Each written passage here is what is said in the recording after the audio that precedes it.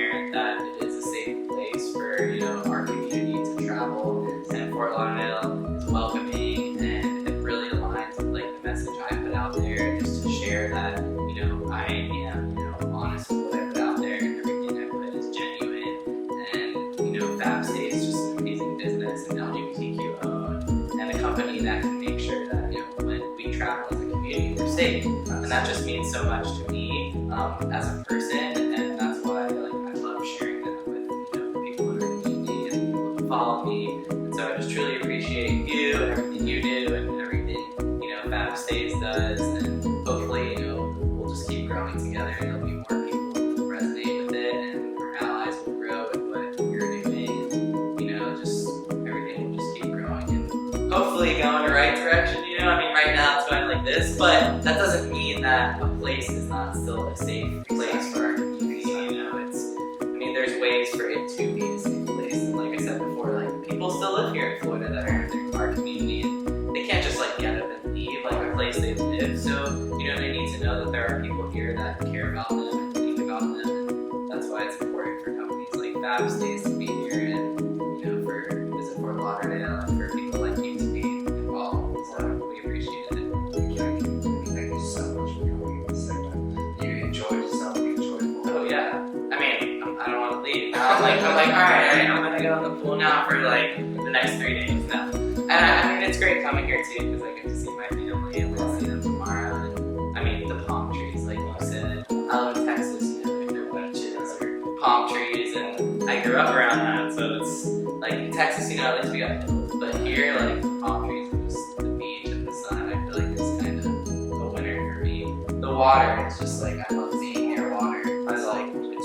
It's great. How could you not be happy when you just go sit at the beach and look out? It's beautiful. Yeah. Yeah, I know. My wife would be like, all right, let's do it. My wife just wants to live anywhere near a beach because she's from Texas. So yeah, she's like, we need a beach. Cool. Well, I appreciate